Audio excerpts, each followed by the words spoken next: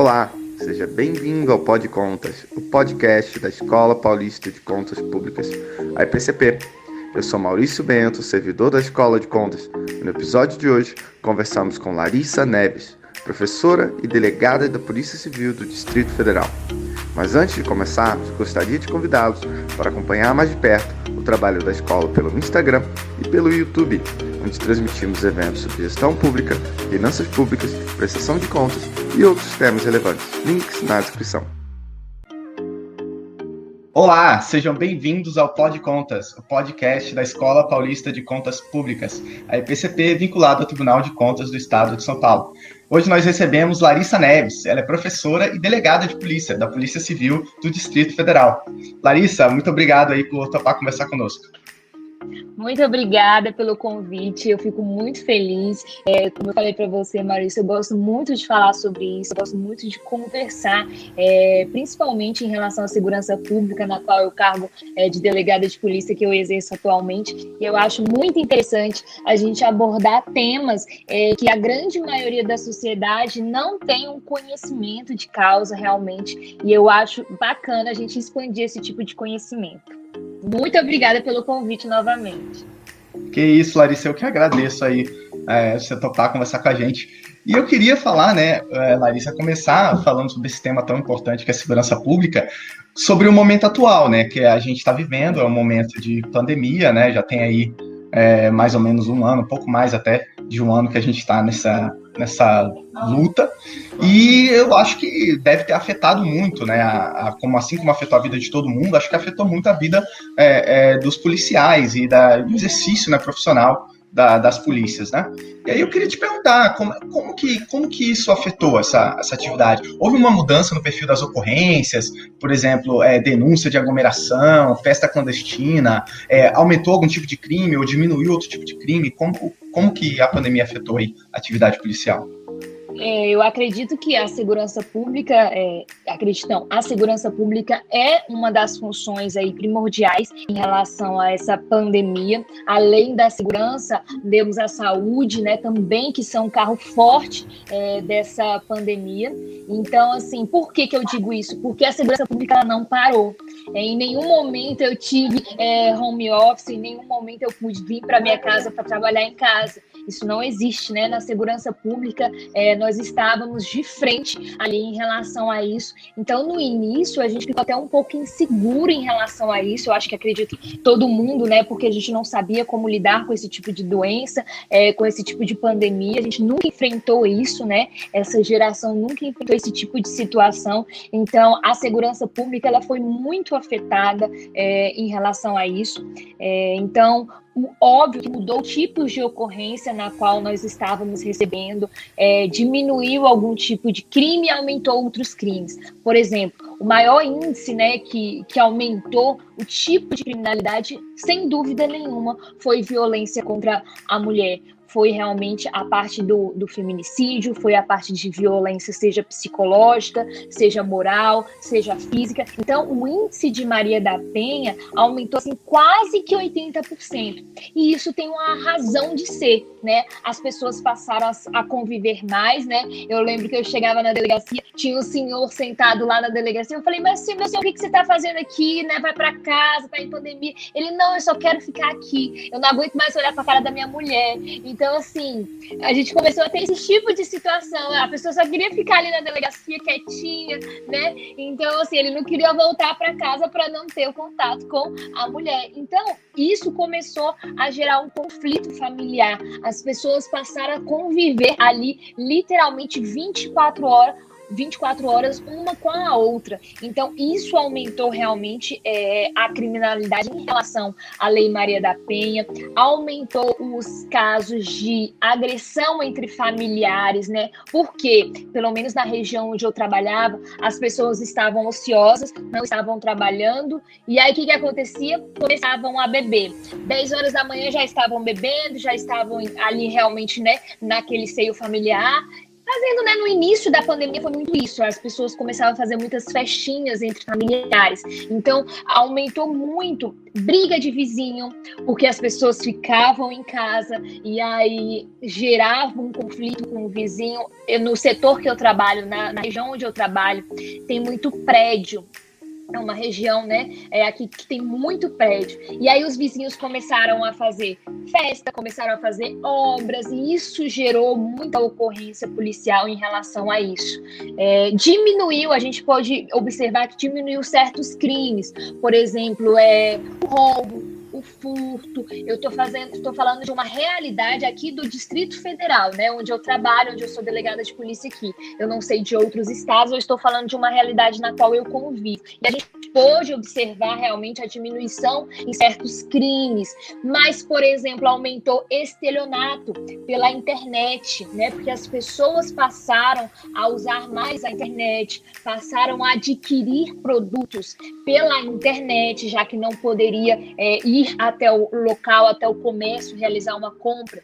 Então, o estelionato pela internet aumentou muito. Então, é interessante a gente observar isso, porque tudo tem uma razão de ser. Por que o roubo diminuiu? Porque não tinha pessoas circulando na rua, né? Então, por que o furto diminuiu? Porque as pessoas estavam em casa e o criminoso, ele não vai em casa quando a pessoa está. Então, tudo tem uma razão de ser, e a pandemia tem um reflexo direto com essas ocorrências policiais. Perfeito, Larissa, muito legal esses primeiros esclarecimentos. Eu acho que realmente essa faz bastante sentido, e eu acho que deve acabar sendo a realidade da maioria dos estados mesmo, porque realmente esses pontos que você citou, acho que são da realidade brasileira e até mundial, de certa forma, né? Uhum. Mas uma coisa que, até para além da pandemia, uma coisa que sempre me chamou a atenção em relação à segurança pública era a questão de investigação, sabe? Se as investigações elas vão para frente ou às vezes não vão, por que não vão, se elas não vão, não é?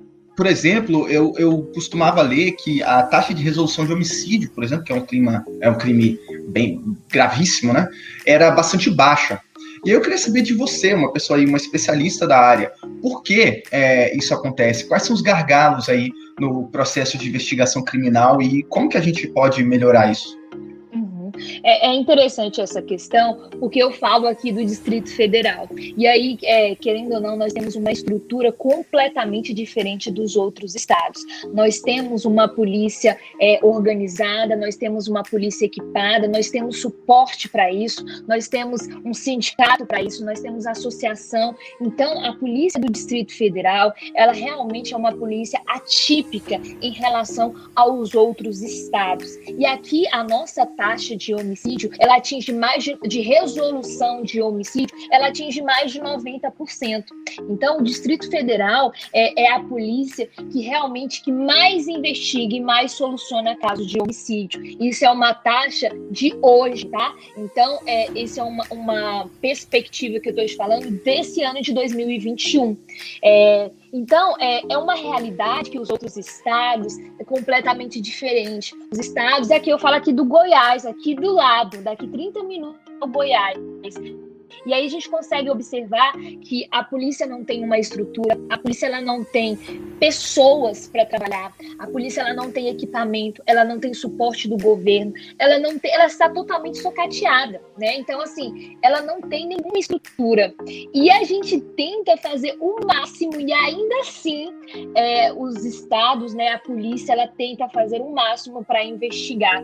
Eu vejo agora, eu tenho grandes colegas delegados de polícia, agentes de polícia no estado de São Paulo, e eu consigo observar o tanto que o governo ele quer destruir a polícia, o tanto que o estado ele quer, para mim, eu vejo com uma visão de que ele quer acabar com a polícia, mas mesmo assim a polícia continua tentando fazer o trabalho dela, continua a investigar, e é difícil quando você fala de investigação, porque você tem que ter uma estrutura para isso. Eu falo que a polícia, nós somos pessoas, né? Eu sou uma pessoa, eu não sou um super-herói. Não dá para acontecer um homicídio e eu ir lá desarmada nada, sem uma equipe, sem uma estrutura, sem ter um suporte para isso, para eu tentar resolver esse crime de homicídio, né? Infelizmente, nós somos mortais, nós não somos imortais. E eu ainda acho que a polícia ainda faz milagre com todo o suporte que a gente tem. Felizmente, eu trabalho numa polícia muito boa. Felizmente, eu tenho orgulho de falar realmente disso, que o nosso índice de homicídio, de resoluções de homicídio, é 90% de resolução. E muitas das vezes, por isso que eu falo que é muito fácil eu falar do Distrito Federal e não olhar a polícia, por exemplo, do Maranhão, do Pará, que são estados realmente pobres, eu digo pobres de estruturas em relação a isso. Então é muito fácil a gente olhar índices, sendo que o Estado não ajuda a polícia. E eu vejo isso com a própria sociedade, né? A sociedade, muitas das vezes, ela é contra a polícia. É algo a se pensar. Desde quando a sociedade passou a ser contra a polícia? Quais são os valores que nós estamos pregando? Quais são os valores que essa sociedade tem? Onde a polícia é inimiga e o bandido é um aliado. Então, é muito fácil falar de uma porcentagem que a gente não consegue resolver um crime de homicídio, mas, de outro lado, o Estado não dá um suporte nenhum.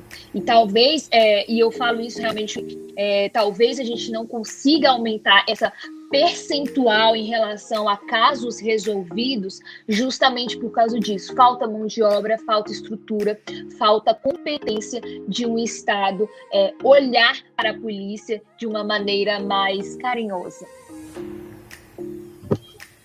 Verdade. Realmente, acho que a estrutura faz total diferença, né? Realmente, eu já morei em Brasília, né? Uns anos atrás, adorava a cidade, estudei na UNB, conheço bem aí o aviãozinho.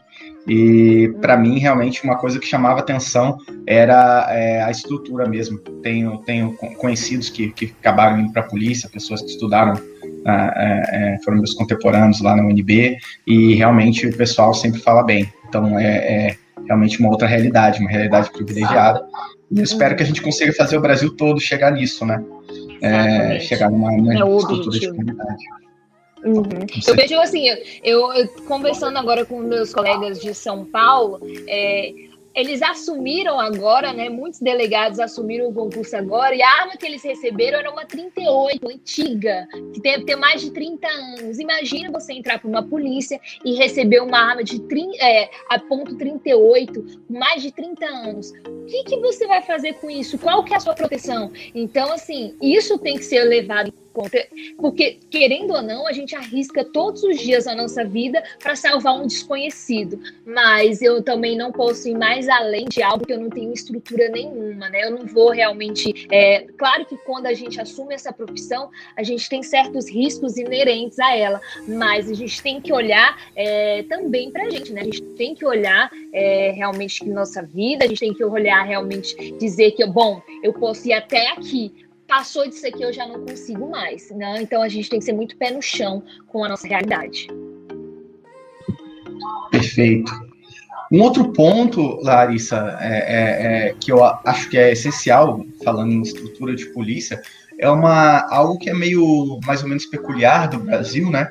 Que é a divisão, né, entre polícia civil e militar, né? E tem deve ter gente que defende, gente que critica, mas uma coisa que eu como tudo na vida, né? Mas uma coisa que eu costumo ler nos jornais sobre isso, eu acho que muita gente ouve falar disso, é que isso atrapalharia o tal ciclo completo da polícia, né? Porque uma polícia seria responsável por metade da atividade e a outra pela outra metade. E aí, às vezes, poderia haver uma dificuldade na integração, esse tipo de coisa. Queria saber o que você acha desse tipo de argumentos, se você acha que faz sentido, ou se faria sentido, talvez, uma unificação. Assim, discutir a questão. O que você acha disso? Bom, desde já eu falo que eu sou contra o ciclo completo de polícia. O que seria o ciclo completo de polícia? É a unificação das polícias. Realmente é algo que eu não vejo como vantajoso no Brasil. nós não temos ainda uma cultura de mentalidade de unificação da polícia. Isso porque, no Brasil, a função de investigar ela é muito visada. Todo mundo quer investigar, o judiciário quer investigar, o legislativo quer investigar, o Ministério Público quer investigar, só que ninguém tem uma estrutura para isso. Então veja que a palavra investigação ela é muito forte no Brasil e é um poder realmente muito grande que nós temos nas nossas mãos, nós delegados de polícia, da Polícia Civil de todos os estados. E todo mundo quer isso. Por que todo mundo quer isso, né? É um fato a se questionar. Por que a polícia militar ela quer investigar? Por que a polícia, que seja, né, as guardas municipais, por que eles querem investigar? É porque eles querem ter algo, né, que realmente deve ser muito vantajoso. E você abrir esse leque, não é tão interessante assim. Então, desde já, eu aviso que eu não sou a favor do ciclo de polícia, porque se cada um realizasse o seu papel como tem que fazer, se a polícia militar fizesse o papel dela, se a polícia civil fizesse o papel dela, ao final nós teríamos realmente um grande sucesso da polícia. Mas é porque cada um quer fazer o papel do outro, mas não quer fazer o seu papel de forma correta. Então, assim, desde já eu não falo que eu sou contra a polícia militar de jeito nenhum, contra a polícia rodoviária, enfim, inclusive eu tenho grandes amigos, inclusive eu sei que a Polícia Civil depende muito da Polícia Militar e vice-versa, é uma ligação que nós temos que ter para sempre, né? Mas eu não sou a favor do ciclo completo da polícia, porque tem que existir a divisão de tarefas e cada um fazer a sua tarefa como tem que exercer, né? Então não é querer, por exemplo, a polícia militar quer investigar, mas não faz o papel que ela deveria fazer. A polícia civil tem que investigar e às vezes vai além do que ela deveria fazer. Então são situações, o Ministério Público, por exemplo, quer investigar, mas não tem ninguém para fazer isso. O Judiciário, ele quer investigar, como nós estamos vendo agora, ele quer investigar, ele quer abrir o próprio inquérito, ele quer abrir a própria ação penal, ele quer ser, né, o defensor, o autor, mas enfim, cada um quer abraçar tudo, mas não faz o que você tem que fazer. Então eu não sou a favor do ciclo completo da polícia, eu acredito muito nessa divisão de competência e cada um fazer a sua competência como tem que fazer. Perfeito. Acho que realmente é algo que deve ser discutido para não ser feito nem precipitadamente, nem de uma forma equivocada, né? Se for feito, inclusive. Mas sobre um último ponto, assim, Larissa, sobre segurança pública, que eu acho também que às vezes também é negligenciado, não é muito conversado, é sobre a questão dos presídios, né? E eu vi que você já teve uma passagem aí como agente penitenciária, né? Se você quiser falar sobre isso também, fique à vontade. Mas, então, os presídios hoje no Brasil, eles também devem ter uma diversidade, deve ter alguns estados melhores, outros piores, mas realmente é algo que precisa melhorar, né? A gente vê imagens de superlotação, falta de estrutura, né? Realmente tem havido uma falta de investimento sistemático na área. Eu queria saber o que você acha disso. Está realmente faltando investimento, dinheiro para equipamento, para manutenção, para até construção de outros presídios, talvez. E queria saber também o que você acha sobre parcerias público-privadas. Eu li um caso outro dia sobre Minas Gerais, que eles têm parcerias público-privadas em presídios e parece que tem funcionado. Não sei exatamente, aí eu queria saber de você, que é especialista. Ok. Só para situalizar, eu trabalhei no presídio quase 2 anos no presídio aqui no Distrito Federal. Então, antes de assumir o meu cargo de delegada de polícia, eu fui polícia penal aqui no Distrito Federal. Trabalhei um pouco no presídio masculino, mas assim, a maior parte do tempo foi no presídio feminino aqui no Distrito Federal. E mais uma vez eu gostaria de destacar que aqui o Distrito Federal nós temos realmente realmente uma situação atípica em qualquer área, seja no judiciário, seja no legislativo, em relação a tudo isso. Por quê? Porque aqui a estrutura é diferente. Aqui o presídio, eu não conheço nenhum outro presídio dos estados brasileiros igual ao presídio aqui do Distrito Federal. A estrutura é completamente diferente, o tipo de trabalho também é completamente diferente. Aqui a Polícia Penal, ela recebe teoricamente bem em relação aos outros estados, então isso tudo influencia. Mais uma vez, temos também estrutura, temos também suporte físico, temos suporte psicológico para trabalhar. Então, assim, é algo interessante aqui em relação ao Distrito Federal. E eu falo uma experiência pessoal, eu acho que foi uma das experiências mais obscuras assim na minha vida, para não falar outra coisa, porque é uma realidade completamente diferente do que nós estamos acostumados, do que pelo menos eu estava acostumada. Quando eu trabalhei como polícia penal, eu tinha 24 anos e eu entrei para trabalhar num presídio. Realmente é uma realidade que espanta muito, é uma realidade totalmente desconhecida. Só quem é falácia dizer isso, mas só quem vive essa realidade sabe como é que é trabalhar dentro de um presídio, estar dentro de um presídio, trabalhar com certos tipos de pessoas, porque quem estão ali são pessoas que cometeram, 99% são pessoas que cometeram algum tipo de crime, que estão ali realmente pagando a pena, né, como eles falam. Então, é uma realidade aqui do Distrito Federal completamente diferente de outros estados. Aqui, o presídio funciona. Aqui, os policiais penais que comandam o presídio. Aqui não é o preso que comanda o presídio. Porque eu vou em outros estados, aqui no Goiás, eu vou em São Paulo, eu vou no Ceará, né, que agora mudou o Ceará, mas eu vou no Maranhão, quem comanda o presídio são os presos. Então, é uma outra realidade. Aqui no Goiás, quem comanda... eu posso até ser muito criticada em relação a isso, mas não tem problema, porque é uma realidade que eu gosto de falar. O preso que comanda o presídio é o preso que comanda o agente, e aqui não é assim que funciona. Então, aqui uma realidade diferente. E, sim, falta uma estrutura, falta o Estado olhar para isso. Porque o Estado ele não olha para o presídio, o Estado ele não olha para a polícia penal, que são os agentes penitenciários, né, de antes. Então, assim, o Estado é a última coisa que ele vai investir é o presídio. Ele primeiro... O que deixa de ser errado ou não, não sei. Mas o Estado ele investe primeiro, né? Teoricamente, no mundo aqui que nós estamos acostumados, na saúde, na educação, na infraestrutura de uma cidade, enfim. E por último, ele vai pensar no presídio. E é por isso que está totalmente destruído, é um sistema falido. O nosso sistema penal é um sistema falido. A gente pode perceber que ele não funciona. Isso porque está cada vez mais aumentando o índice de pessoas presas, ou seja, algo está errado. E você pode ver o percentual de pessoas reincidentes, né?